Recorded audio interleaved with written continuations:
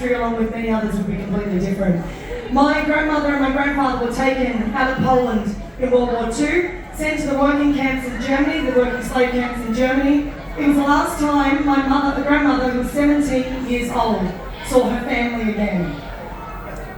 My grandfather almost starved to death. He was very badly treated over there. My grandmother was lucky. She worked for a really lovely German family.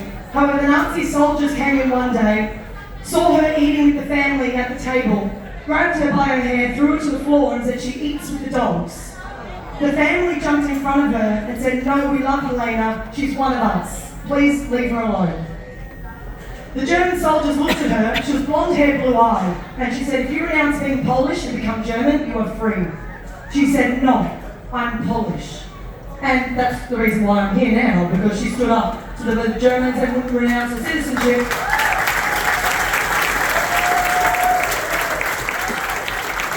And then the Americans came in, and then we won the war, and then they were able to go to their place which they picked Australia to move to. The reason why I tell that story about my grandmother, sometimes I feel she jumps in me to tell that story, but the reason why I tell that is her patriotism. And I am a big fan of patriotism. I love your country. You have no idea how lucky you are to live in one of the greatest countries in the world.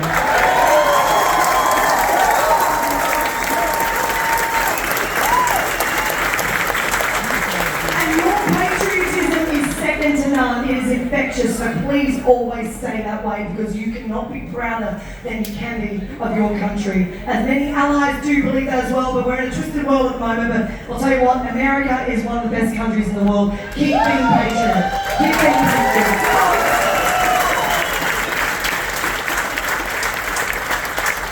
I do like paying homage right now to the MIA POWs. For this reason, I've got my little table over here for him when he returns home.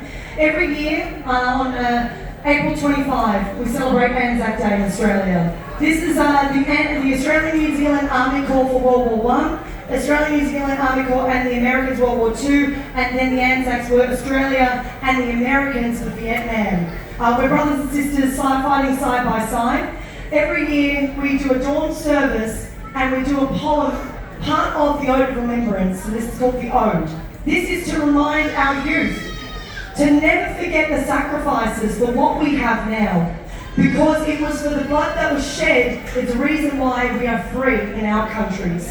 So I love paying homage to those brave young men and women. May they be found and may they be returned home. So if we could please take a moment of silence now, remove our caps, and I'm going to read to you now, recite the poem of the Ode, which is what we do for Anzac Day in Australia. They shall grow not old, as we that are left grow old. Age shall not weary them, nor the years condemn. At the going down of the sun, and in the morning, we will remember them.